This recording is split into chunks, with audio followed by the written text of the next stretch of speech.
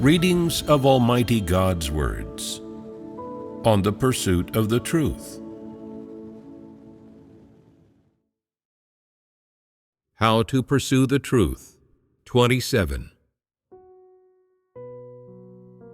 Regarding the topic of letting go in how to pursue the truth, we fellowshipped up to the content involving notions and imaginings within the subject of letting go of the barriers between oneself and God and one's hostility toward God.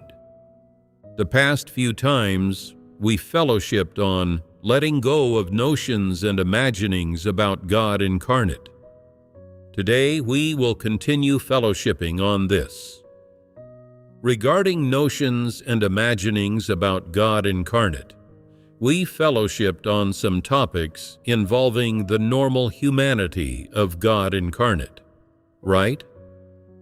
So, what did we fellowship on last time? We fellowshipped on some specific manifestations involving the living out and revelations of the normal humanity of God incarnate, as well as some principles of self-conduct and doing things within the normal humanity of God incarnate. And then we fellowshipped on what things God incarnate does not do in terms of His humanity. Fellowshipping on these aspects helps people better understand the disposition essence of God's incarnate flesh and His principles of self-conduct and doing things, as well as some of His specific manifestations and revelations. When we fellowship about these manifestations of God incarnate, whether in the form of facts, examples, or specific principles for doing things, they involve all kinds of minor matters in life. They don't seem to involve any of the great pioneering feats or noble actions worthy of admiration that exist in people's notions and imaginings. God incarnate's manifestations are all very common and very ordinary.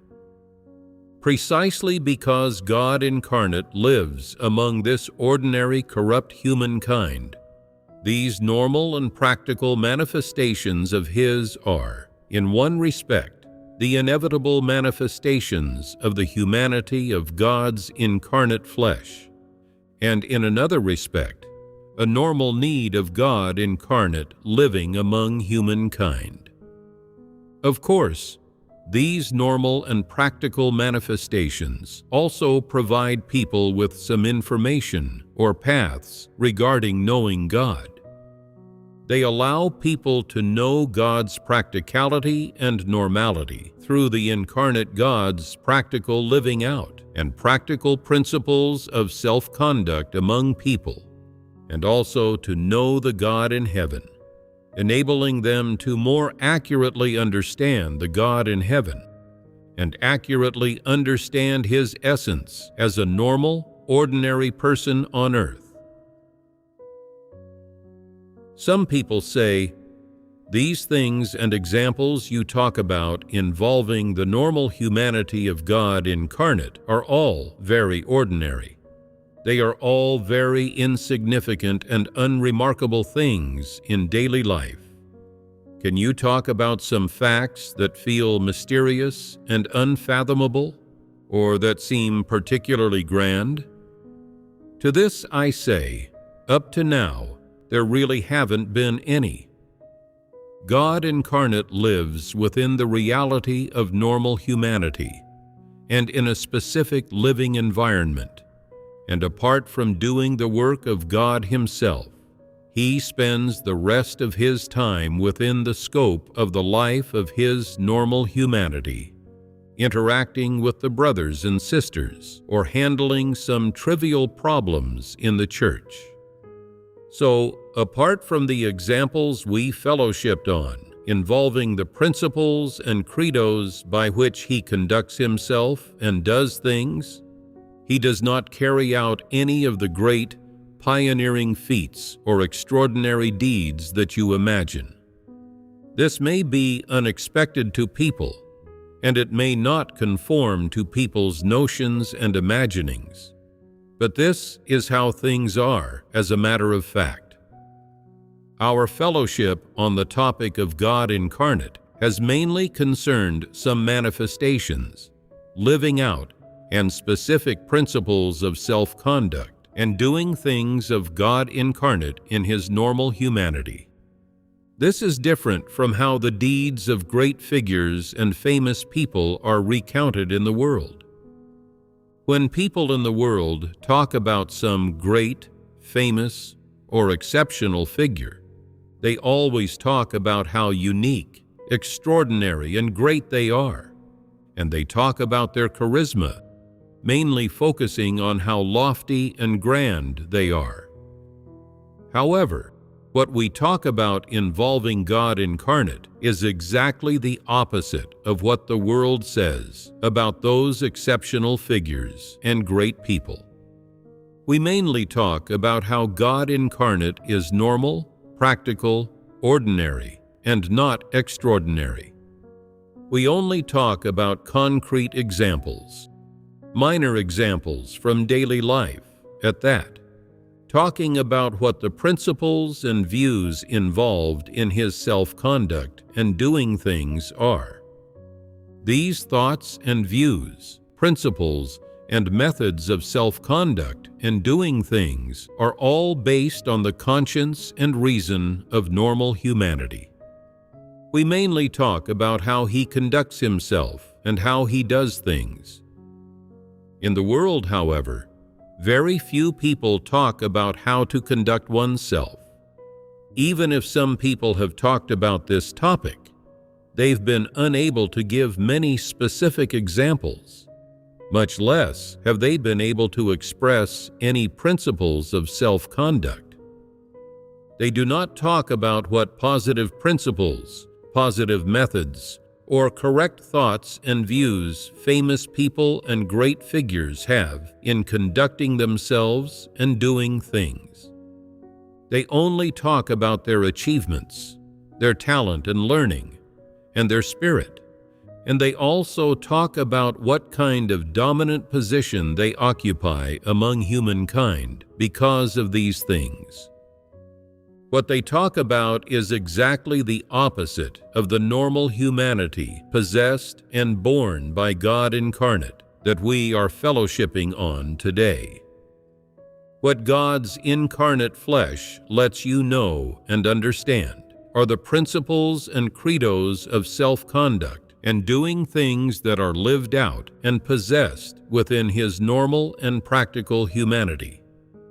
These principles and credos of self-conduct and doing things correspond perfectly to God's requirements for the humankind He intends to save. God's incarnate flesh possesses such humanity and possesses the various thoughts and views, along with His principles and credos of self-conduct and doing things within this normal and practical humanity. It is only because of this that He can represent God in doing the work of God Himself and complete the work and ministry that God incarnate ought to perform well in this age within such humanity, that He can fully make known to humankind the representative disposition that God intends to express in this age, and, of course, be fully competent for the work of expressing the truth that God intends to do in this stage of work. If the humanity essence lived out, revealed, and possessed by God's incarnate flesh were not this normality, practicality, and ordinariness that we've been fellowshipping on, or if He did not possess these principles and credos of self-conduct that we've been fellowshipping on, but instead possessed the humanity essence of the famous people and great figures that non-believers talk about and revere, what would this result in? It would result in a completely different situation. Suppose that God's incarnate flesh possessed the humanity essence of a non-believing great figure or famous person. A person who is towering, extraordinary, unique, mysterious, and unfathomable. This kind of person has no boundaries in conducting themselves and doing things, lies constantly, and does not conduct themselves or do things in a rule-abiding or well-behaved manner, and does not know their place or act dutifully, and their pursuits, thoughts, and views are the same as those of non-believers, just pursuing lofty and grand things, and focusing on gifts, knowledge, and supernatural abilities. What kind of path would this kind of person lead you on to? Such a person does not have positive principles of self-conduct. Their methods and principles of self-conduct are not positive, but satanic. Thus, the principles and credos of self-conduct of this person who is of Satan are highly representative of their humanity essence. What are the pursuits of and path walked by a person with this kind of humanity essence? They are exactly the same as Satan's. Their pursuits and the path they walk all come from Satan and are compatible with Satan. Then, wouldn't those who followed them follow their leadership, have the same pursuits as them, and walk the same path? Those people would follow their leadership, imitate their principles of self-conduct, and like them, pursue knowledge, status, supernaturalness, and lofty and grand things, everything that is extraordinary, and everything that seems mysterious and unfathomable to people. No one could attain salvation by following such a person. Instead, they would become increasingly degenerate. Such a group could not be called a church, mainly because they all would have divorced themselves from God's work and would not have the work of the Holy Spirit. The leader they followed would not be established by God, much less sent by God. Even if they all called themselves a church, it would be of no use. God would ignore them. No matter how much they all called themselves a church, God would not acknowledge them, and the Holy Spirit would not work on them. That leader would teach people to do whatever it is they like. They would provide people with whatever they possess within themselves, and that is what people would gain from them. They do not have the truth, and could not provide people with any positive things or guide them in the correct direction, so it would be impossible for people to gain the truth from them. At best, people would only be able to acquire a bit of knowledge and learn some professional skills from the non-believing world, or some capabilities in a particular field from them. In short, someone like this, who does not possess normality and practicality, or the divine essence as their life, could not be called God incarnate. They could not bring people before God, nor could they lead people onto the path of salvation. Looking at these facts, among humankind, is there anyone other than God's incarnate flesh who can represent God to do His work? Is there anyone who can represent God to save humankind from their corrupt dispositions? The life and humanity essence possessed by any member of ordinary humankind are virtually all the same. Such life and humanity essence have all been corrupted by Satan. For people, corrupt dispositions are their life. Thus, whether viewed from the perspective of people's humanity or people's life essence, Not a single person among all of humankind is competent for this work of God incarnate, nor can any corrupt human being represent God to save corrupt humankind from corruption. Naturally, these facts also tell people no corrupt human being can tell humankind what positive things are and what negative things are, and no corrupt human being can tell people what the truth is or what God's intentions actually are. What corrupt humans provide to other people is only knowledge, as well as the various skills, capabilities, or gifts pursued by corrupt humankind, and various tactics of self-conduct and doing things, philosophies for worldly dealings, and various thoughts and views that come from Satan. Human beings of all races share a common trait. What is this common trait? They all regard the relatively positive or relatively well-intentioned, conservative, and traditional things among themselves as positive things, and try to replace the truth and God's intentions with them. People believe that by holding on to these things, they have gained the true way and can attain salvation. In fact, these things have absolutely nothing to do with God's requirements for humankind. You see, among humankind, no matter how shrewd people are, no matter how great their gifts or how talented and learned they are, or how kind and benevolent their humanity may seem on the outside, not a single person can understand the truth, and not a single person can discern what positive things are and what negative things are. Before God did His work, and before God expressed His words, nearly everyone regarded traditional culture as a positive thing, and some people even revered traditional culture as the truth.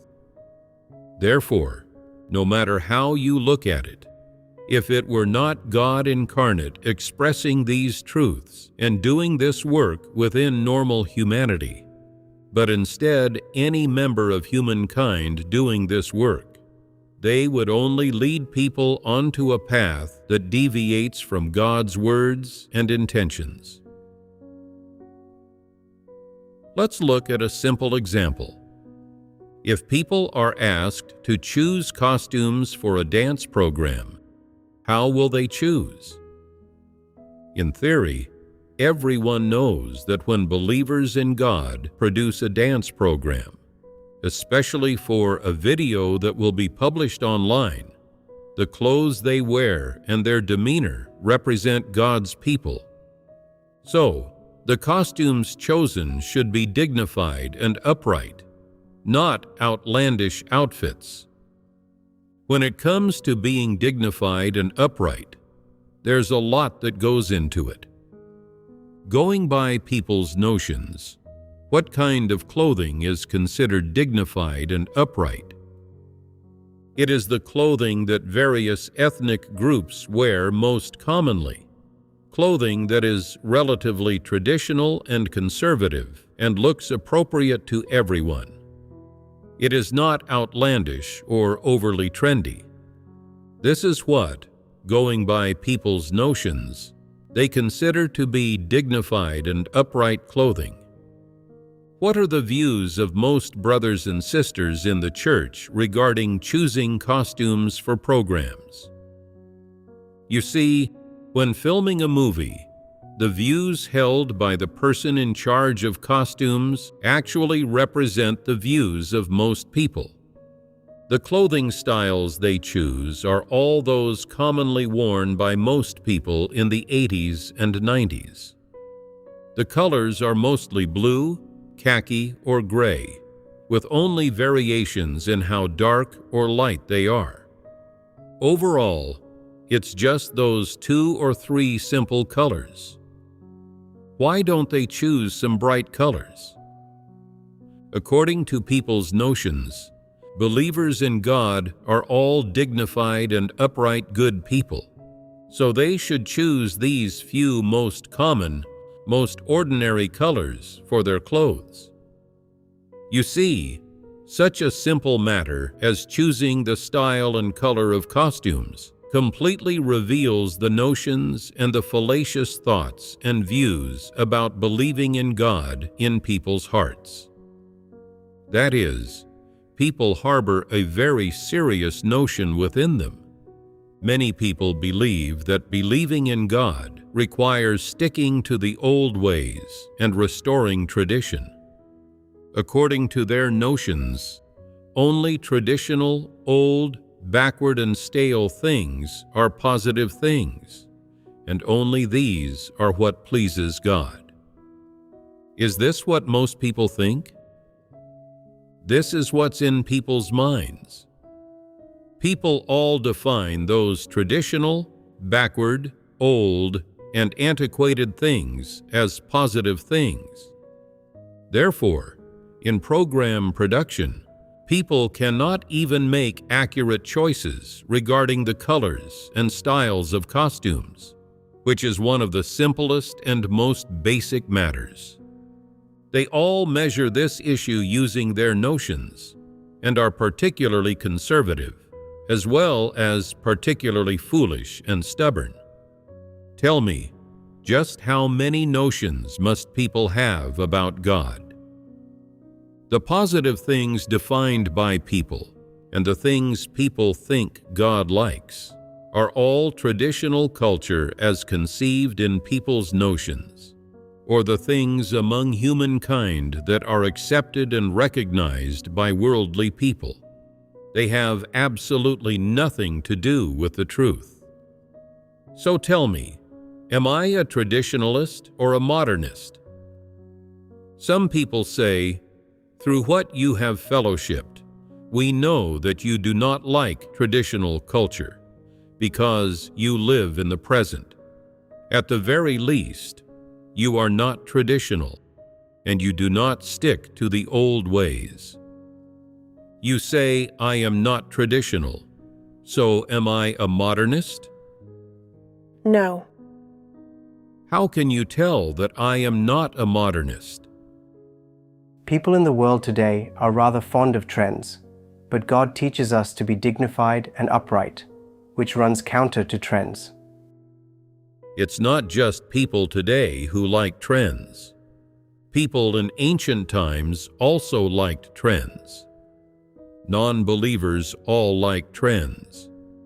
Liking trends does not mean one is a modernist.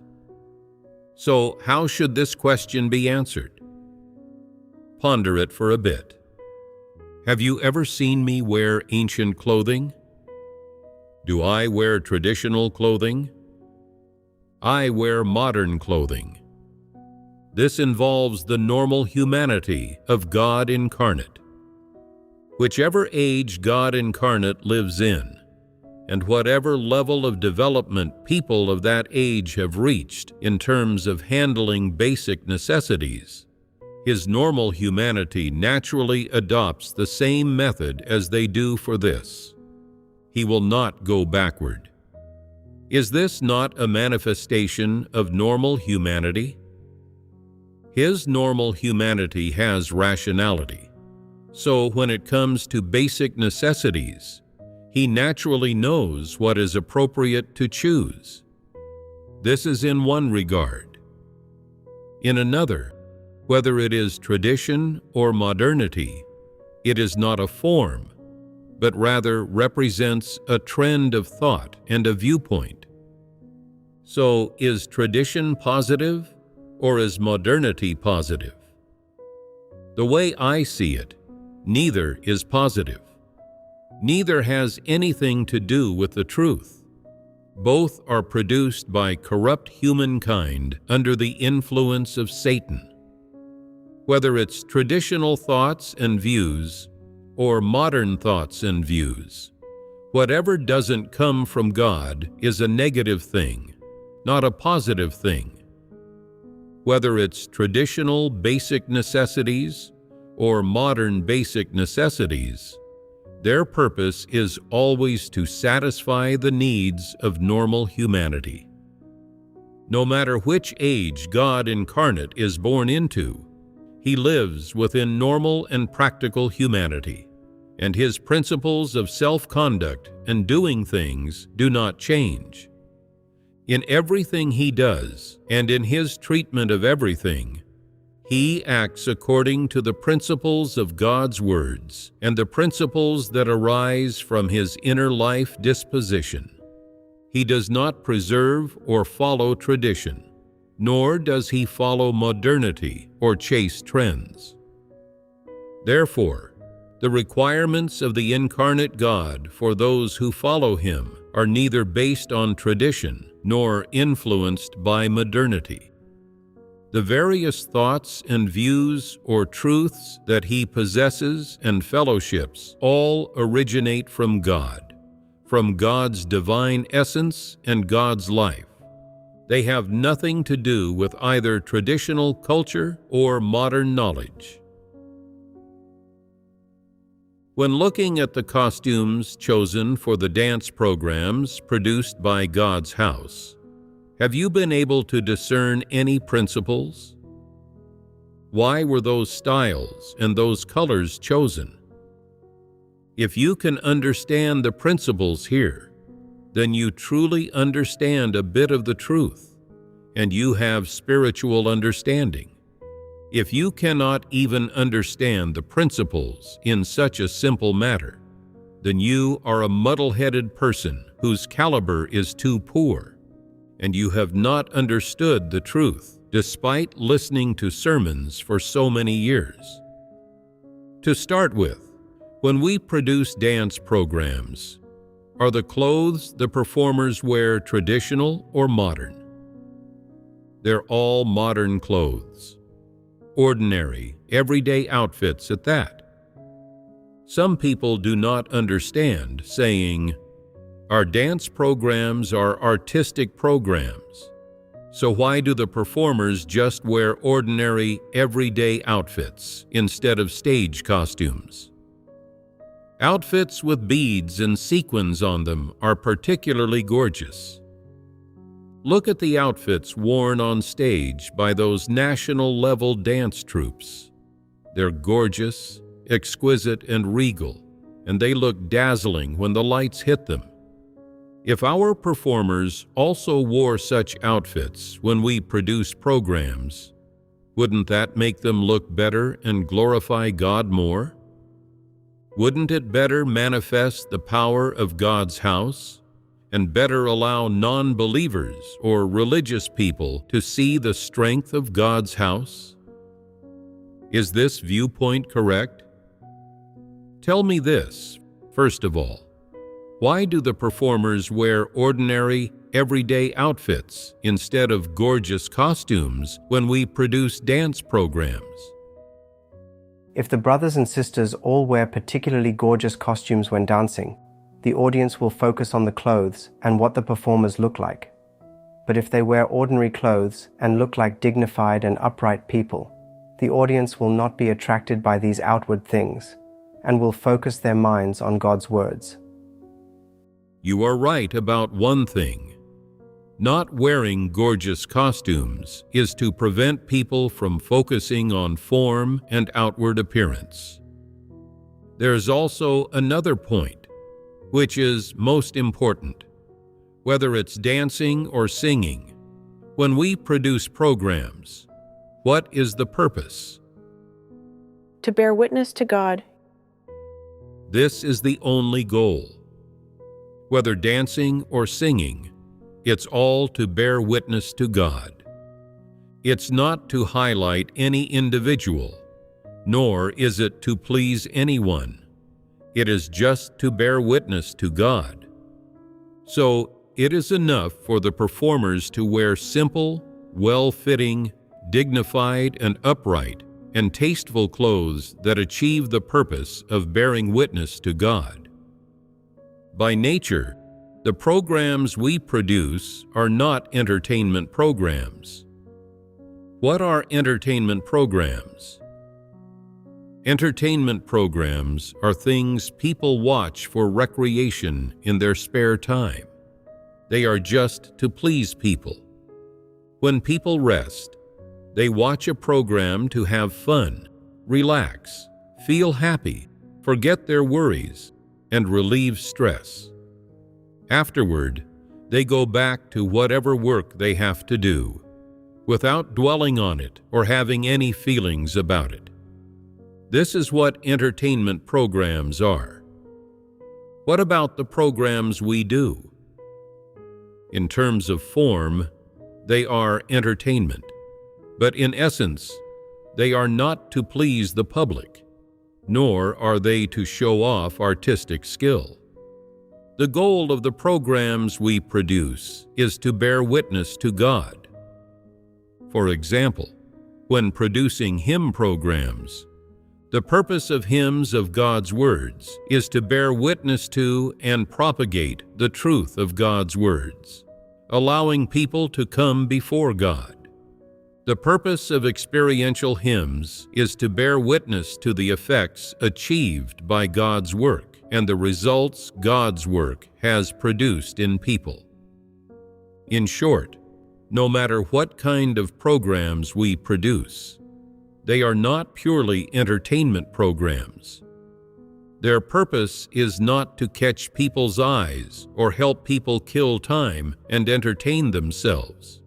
Much less is it to show off artistic skill.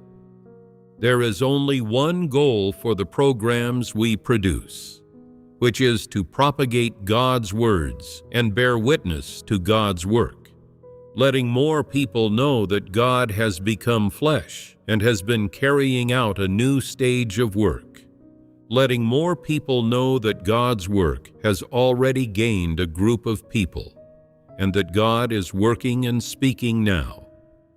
This is the sole purpose of the programs we produce.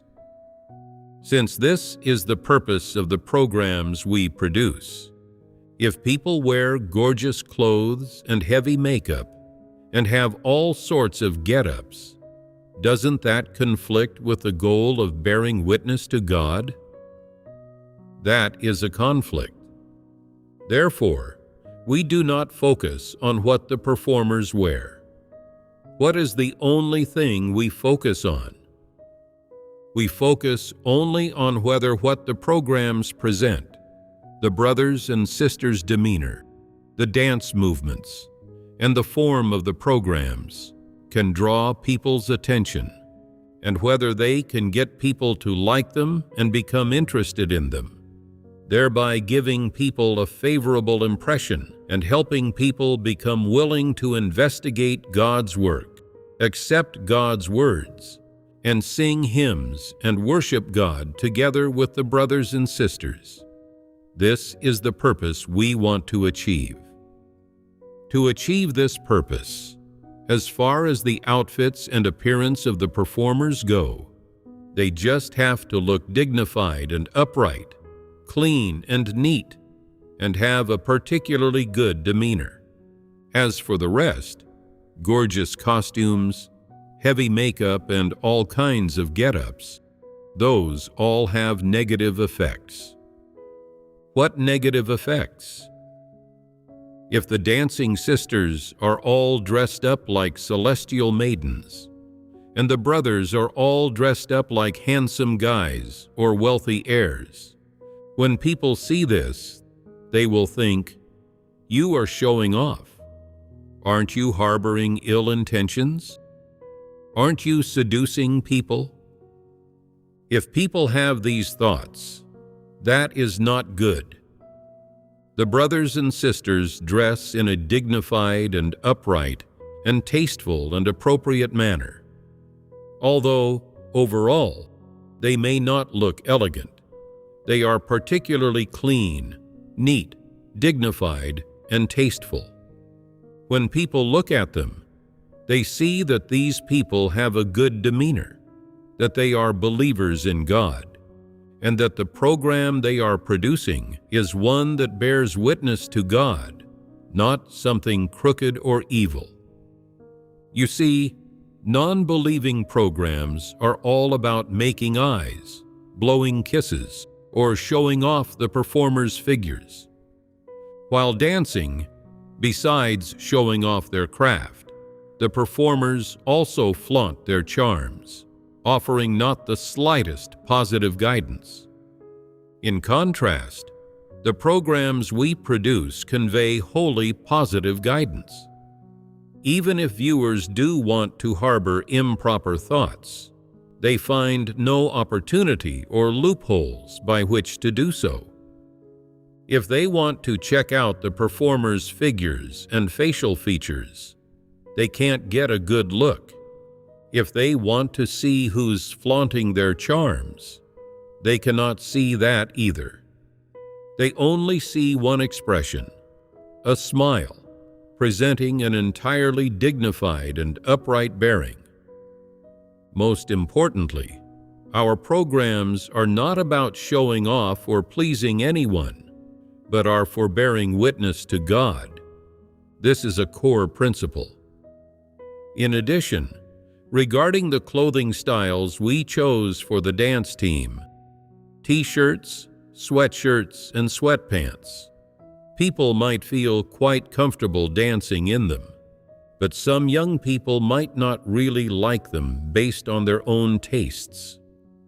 They feel that these styles are too ordinary, that it's just everyday casual wear, stuff you wear around the house. But this is exactly what dignified and upright clothes are. T-shirts, sweatshirts, and sweatpants are the most common styles of casual wear nowadays. Why do we choose these styles? I have observed that it has probably been at least several decades by now since this style of casual wear first appeared. We choose this style for our programs now out of consideration of the fact that even in another few decades, it will not be outdated or obsolete. Moreover, this style is suitable for people of all age groups and all social classes. Whether they are ordinary people or upper-class people, they all wear such clothes at home in their daily lives. Furthermore, these clothes are loose and comfortable for dancing. Thus, we eventually decided on this style of clothing for the stage costumes. Regardless of whether the people wearing them on stage like them or not, this style is suitable for the stage. That is, neither the viewers nor the wearers can find any fault with such clothes. The wearers might say, "These clothes you chose for us are too tacky. I would absolutely never wear such clothes in my daily life." My reply to that is that I do not interfere with what you wear in your daily life. What you wear and what you like represent who you are. They represent your humanity and essence. If you do not like simple, tasteful, dignified, and upright clothes, but instead like outlandish clothes, then you are quite unconventional. If you like baring your chest and back, wearing your hair down, and donning big sunglasses, always acting like a celebrity, then I say you are not a member of God's house. You do not like being dignified and upright. At the very least, you are incompatible with me. Being dignified and upright, and tasteful and appropriate, this is the principle for choosing clothing styles. Then, how should the clothing colors be chosen? Some people say, white represents holiness, green represents life, red represents festivity, and yellow represents friendship, so we should just choose these colors. I say this is pure nonsense. Colors do not represent anything. Then, what is the principle for which colors to wear? It is very simple. There is just one principle. It must look clean on camera.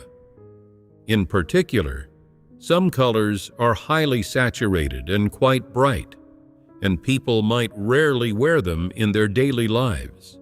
But we chose these colors for the stage effect and the visual effect they provide. In one respect, these colors are relatively highly saturated and bright, so the stage effect they provide is good. In another respect, most of these colors are not very weird. There are no dull ones, and none that repulse people, so videos produced in this way have a good effect. What I just fellowshipped on were principles for choosing dance program costumes. Which aspects of these have you seen clearly? Tell me, are these principles I have considered appropriate?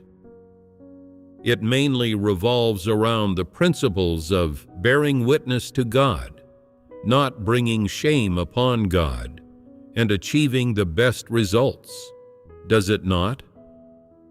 Are there any aspects of this that are distorted or extreme? Is there any element of sticking to the old ways?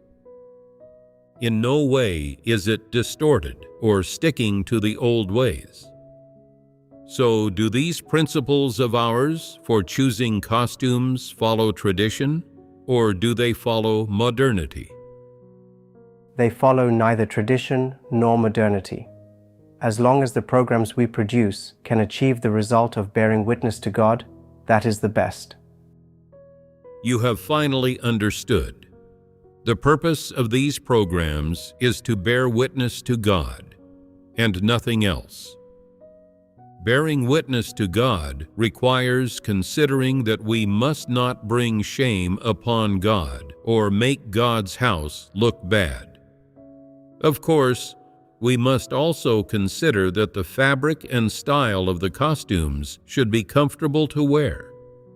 That is to say, any dignified and upright person who sees you wearing these clothes would think of them as acceptable, that you look like a believer in God, and that you are able to represent God's people, rather than come off as a non-believer or some movie star or singer. And at a single glance, one can tell that you're a dignified and upright person. Judging by this, do you think that my viewpoints for treating things and the principles I follow within my normal humanity are the same as yours? They are definitely not the same. So tell me, are these principles I follow lofty and grand? Are they extraordinary? They are not lofty and grand at all. They are particularly normal. The principles I adopt and the results I aim to achieve in doing things are all highly practical, and I never show off. If we were to go by the way you all view things, in choosing costumes for programs, we'd either be traditional and stick to the old ways, or follow worldly trends. Some people say, smoky eye makeup, false eyelashes, nose rings, and big earrings are popular in the world. We too should dress the brothers and sisters to be handsome and beautiful. Not only should their clothes be gorgeous, but their makeup should be seductive. They shouldn't be outdone by the singers and movie stars of the world, and should look even classier and more lavish. Believers in God should be more noble than them. So this is the direction we should take when dressing the performers. So why is it that these performers don't end up going out on stage with a single gorgeous item on them? Because I am here vetting everything. Whether they are modernists or traditionalists, they have all been shunted aside. They don't have any opportunities to flaunt their skills. They've been restrained by me. If you were the ones doing the vetting, would you give these people the opportunity to flaunt their skills? No. Why not? If given the opportunity, they would dress the performers up as demons. They would produce entertainment programs like those popular in society, turning programs intended to bear witness to God into entertainment programs that please the public, and making the people that feature in them look like demons and ghosts. Would the programs still be watchable then? The programs would change in nature. They would not be bearing witness to God, but bringing shame upon God, and they would deserve to be cursed and banned. This would not be doing a duty, but doing evil. Do you understand? You did not even understand such a minor matter. Now that I have put it more plainly and simply, some people have a sudden realization. So that's how it is. Now I know why God's house chooses such costumes for its dance programs. No matter what age it is, what is the principle people should follow? It is to take the Word of God as the principle in all things. In doing any item of work or handling any matter, your first goal should be to edify people, and your second should be to bear witness to God's work. These are the two principles. So, in all matters, these are the two principles people should abide by.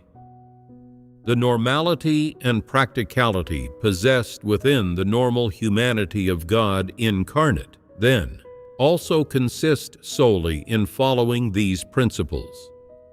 The principles do not change. God incarnate neither follows tradition nor modernity. The principle that I abide by within my normal humanity is to conduct myself and do things within the scope of conscience and reason. So, what principles do I follow in doing the work of God's house? It is to benefit people in everything I do, doing things that benefit and edify them.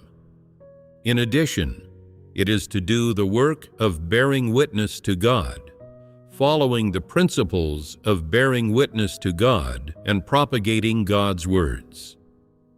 Would you say this is the case? By fellowshipping like this, do you now understand me better? If I don't talk about these things in detail, you won't be clear on them. You cannot even fathom such a simple matter.